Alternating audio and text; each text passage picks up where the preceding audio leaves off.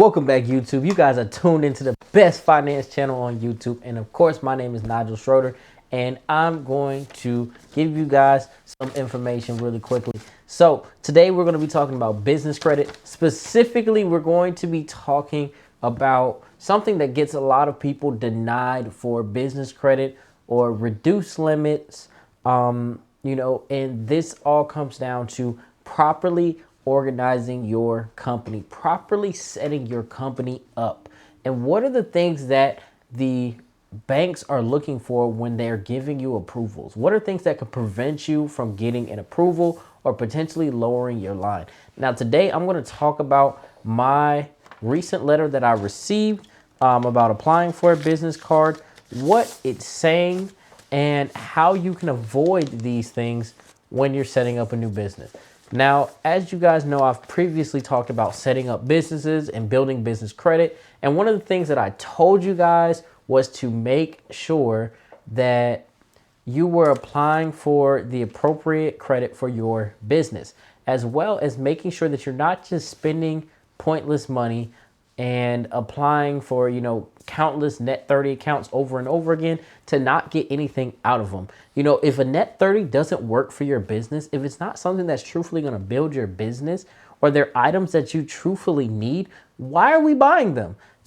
For myself, I went ahead and I ordered some different products through Granger, a water hose, a hitch for my truck, things like that, that I could actually use. And I paid them right back. It built my business credit. It got a trade line reporting to my business. And so it was something that I particularly felt like was a win-win situation because there were things that I needed. When I order things from, Uline or any of those other companies, I make sure that I order things that I need. I ordered a lockbox. I ordered a set of gloves. I've ordered different things, sanitation items, different things that allow me to use them in either my everyday life or in my business, and I pay them right back. So with that being said, that's one of the things that I want you guys to understand is when you're setting up a business and establishing business credit, one of the first things that you need to do, one of the first things you need to make sure that you have is that you have established a business credit profile before you're applying for credit.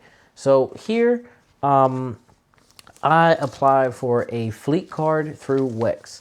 So applying for a fleet card through WEX, they're one of those vendors that sometimes you can get lucky and get approved if you have your business established appropriately and you have a decent credit score and not too many inquiries and things like that. Because usually these companies are going to soft pull your personal credit, even if you don't personal guarantee. But that soft pull is for them to see where you stand with credit, see if you're financially hungry, if you've been looking for credit recently, and that's going to tell them how they can approve you and what type of limit they can give you. So here, what they said was for this particular business, there was nothing that I really needed to order, from any of those net 30 vendors. So I just decided to go out and just start building the business credit and applying for credit. And when I did, I applied for this WEX fleet card, and boom, they sent me here this letter back basically saying that there is no commercial credit information on your profile, as well as we need you to verify your physical address. So this can be solved very simply. There's so many different ways that you can solve this problem. One of them is, sending in a bank statement. Remember, if you set up your business bank account, you're going to have your bank statement. If you file with your state, it's going to be on your articles of organization. If you, if you have a work from home business, an in-home business, you can use any of your utility bills, your phone bill, you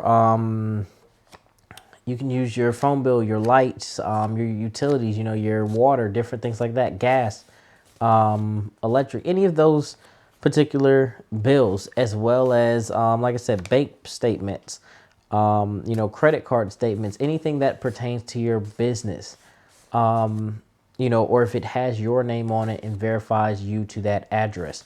Another thing that most of these banks will take is your EIN letter. So when you apply to get your EIN from the IRS, just send them a copy of that letter showing that you're officially organized. And when they get that EIN letter, then boom, they can prove your address. Now, once they do that, then a lot of these companies are going to tell you like this. If you want to accept the counter offer, like I said, they will offer you a credit line. So upon receipt of any missing information, we can offer you a credit line. So what is that saying? Once they get any of the information that they couldn't find that they were looking for, if it's the address, if it's, the commercial credit, whatever it is, once you prove that or provide it to them, then they're able to go back and say, okay, you've provided me this information, so now I can provide you credit.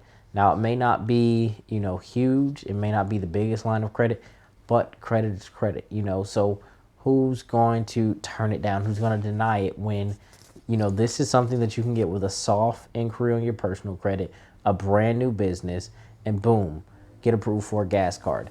And now you have a net account. You're not paying any annual fees or anything like that. And you can build with this account and go and get other accounts. So I'm going to, recommend that you guys, when you're setting up your businesses, you're making sure that you, crossing your T's, dotting your I's, and that you have all of your proper information. Because now all I have to do is go pull up that IRS letter, send them a copy of it, and send them a signed paper saying that I'm going to accept the counteroffer, and boom, I have me a new gas card. So with that being said, thank you all for watching. Thank you all for being tuned in. Don't forget to like, comment, and share, and subscribe to the channel if you have not by this moment. But make sure to please, please, please take the information that we give you and turn it into something. So as always, my name is Nigel Schroeter. You were tuned in to the best finance channel on YouTube. Make sure that you go watch some more of our videos, and peace.